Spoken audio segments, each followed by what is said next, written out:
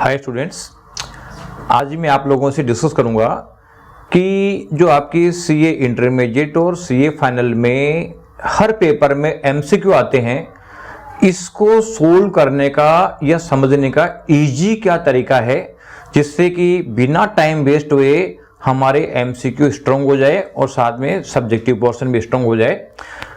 तो ये वीडियो आप पूरा देखना, साथ में अपने दोस्तों को शेयर करना और वीएसआई का यूट्यूब चैनल सब्सक्राइब करके बेल आइकन दबा के रखना, जिससे कि इंपॉर्टेंट वीडियोस आप लोगों को मिलते रहें। तो जैसा कि आपको पता है कि सीए एग्जाम्स में जो इंटर और फाइनल है उसमें 30 मार्क्स का एमसीक्यू आता है और बाकी रिमेनिंग 70 मार्क्स का सब्जेक्टिव पोर्शन आता है और हर पेपर की ये पोजीशन है। तो दो वैरायटी के क्वेश्चन हो गए आजकल, एक तो एमसीक्यू हो गए और एक सब्जेक्टिव हो गए। तो बच्चों में अक्सर ये कंफ्यूजन रहता है कि एमसीक्यू को अलग से कैसे प्रिपेयर करें, और इसके लिए वो मार्केट में जो बहुत सारा कंफ्यूजन रहता है और इसकी वजह से बच्चे या तो आईसीआई के जो आरटीपी एमटीपी सेस्टेड में जो एमसीक्यू दे रखे हैं या जो एमसीक्यू डाइजेस्ट दे रखा है उसमें से करते हैं, या प्राइवेट टीचर्स ने भी बहुत सारे एमसीक्यू बना रखे हैं और वो बहुत सारे एमसीक्यू बच्चे पढ़ते हैं और उसका इफेक्ट ये आता है कि उनमें से कोई क्वेश्चन नहीं आता। अगर जो बच्चा पहली बार बैठ रहा है उनको तो खैर पता नहीं है, लेकिन जो रिपीट कर रहे हैं उन बच्चों से पूछना कि कोई एक भी एमसीक्यू उसमें से आया क्या। जो आपने कोई 1,000 पेज के एमसीक्यू पढ़ लिए लेकिन उसमें से आया कुछ नहीं, और कोई एक आध क्वेश्चन गलती से आ भी गया, तो वो ऐसे हैं कि वो एमसीक्यू बुकलेट या जो क्वेश्चन आंसर नहीं पढ़ते तो भी एमसीक्यू करने की पोजीशन में आ जाते। तो बेसिकली एमसीक्यू की प्रिपरेशन कैसे करें, तो इसके लिए मैं आप लोगों से पहले थ्योरेटिकल सब्जेक्ट के बारे में डिस्कस करूंगा और फिर बाद में प्रैक्टिकल सब्जेक्ट्स के एमसीक्यू कैसे करेंगे इसके बारे में डिस्कस करेंगे। तो थ्योरेटिकल सब्जेक्ट्स के बारे में हम बात करें तो जैसे सीए इंटर में थ्योरेटिकल सब्जेक्ट्स में अपना एक तो बिजनेस आपका जो लॉ है, कॉर्पोरेट एंड अदर लॉ है, साथ में ऑडिटिंग है और जो स्ट्रेटेजिक मैनेजमेंट है ये पोर्शन है। इवन जैसे डीटी आईडीटी का भी बहुत सारा थ्योरेटिकल पोर्शन होता है, तो उसको भी आप थ्योरी मान सकते हैं।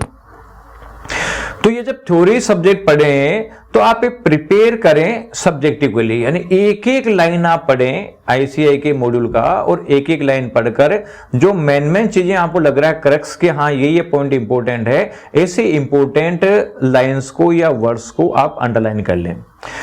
तो उससे क्या होगा कि आप लोगों को ये आइडिया लग जाएगा कि कौन कौन से इसमें क्रक्स वाले पॉइंट है, और उससे आपका क्या सब्जेक्टिव भी साथ साथ रेडी हो जाएगा और साथ में एमसीक्यू भी रेडी हो जाएगा। और इसी क्रक्स को अंडरलाइन करी हुई चीजों को जब आप बार बार रिवाइज करेंगे तो आपका subjective as well as MCQ दोनों प्रिपेयर हो जाएगा। इसके लिए आपको कोई भी मैटर पढ़ने की जरूरत नहीं है, न आईसीआई का मैटर पढ़ने की जरूरत है और न आपको किसी प्राइवेट कोचिंग का या टीचर का मैटर पढ़ने की जरूरत है। कुछ नहीं है, कंसेप्ट क्लियर होगा, आपका subjective as well as MCQ आपका ढंग से तैयार होगा, क्योंकि मॉड्यूल के बाहर पेपर नहीं जाएगा। और जब मॉड्यूल आपका तैयार हो गया तो उसके बाद में आपको कहीं सोचने की जरूरत पड़ेगी नहीं। हाँ, प्रैक्टिस करनी है आपको कुछ, तो देखो लेटेस्ट जो आपके पास आरटीपी आई है उस लेटेस्ट आरटीपी के आप एमसीक्यू सोल्व कर लेना, उससे प्रैक्टिस ही होगी, उससे एग्जाम में नहीं आएगा, लेकिन उससे के लिए प्रैक्टिस हो जाएगी तो आपका कॉन्फिडेंस डेवलप हो जाएगा कि यार मेरी जो नॉलेज है मैंने कोई अलग से मेहनत नहीं करी, केवल सब्जेक्टिव पढ़ा है, उसके बाद ही मेरे एमसीक्यू हो गए, इसका मतलब है कि मैं एमसीक्यू करने की पोजिशन में हूं। अब अपन प्रैक्टिकल सब्जेक्ट्स में आते हैं।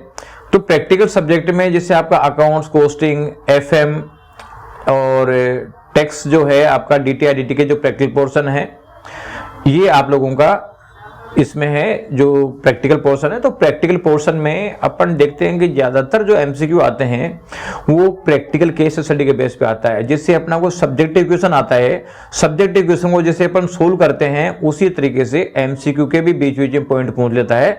जैसे मान लो जैसे total computation of total income का क्वेश्चन आता है तो उसमें बीच बीच के पूछ लेगा साहब इसमें कौन सा आइटम कितना होगा, कौन सा डिसला होगा, टैक्स कितना बन रहा है। तो कुल मिला के जो सब्जेक्टिव पेपर करते हैं तो उसी को एमसीक्यू फॉर्मेट में करके पूछ रहा है, ज्यादातर तो ये हो रहा है। और बाकी जो एक दो क्वेश्चन वैसे देता है कि जो उसमें रूल बेस्ड क्वेश्चन होते हैं। तो ये अगर जैसे मान लीजिए आप सब्जेक्टिव को प्रिपेयर करने के लिए, प्रैक्टिकल क्वेश्चंस में सब्जेक्टिव को प्रिपेयर करने के लिए फैकल्टीज ने जो आपको कंसेप्ट समझाई है, उसकी स्टेप्स कराई है, उसकी एजम्पशंस वगैरह करवाई है, उनको आप ढंग से पढ़ें और ढंग से पढ़ के और प्रैक्टिकल क्वेश्चन सोल्व करें। जो आईसीआई के मॉड्यूल में दे रखे हैं सब्जेक्टिव क्वेश्चन, उनको ढंग से सोल्व करें।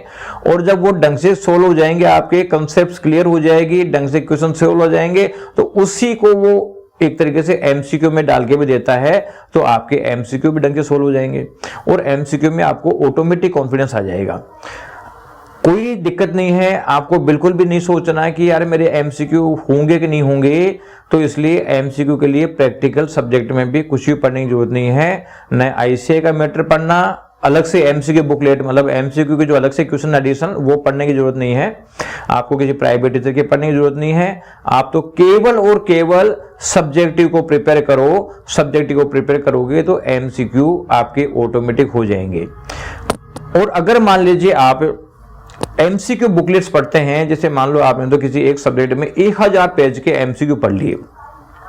अब आप ये देखो कि 1000 पेज के आपने एमसीक्यू पढ़े और उसमें से आना तो कुछ है नहीं, और वो टाइम अगर आप सब्जेक्टिव पोर्शन को रिवाइज करने में देते, प्रैक्टिकल क्वेश्चन को सोल्व करने में देते, तो आपको प्रैक्टिकल सब्जेक्ट में जो सब्जेक्टिव पेपर आएगा उसमें बेनिफिट होगा और नॉलेज बढ़ जाएगी, तो एमसीक्यू भी करने में इजी होगा।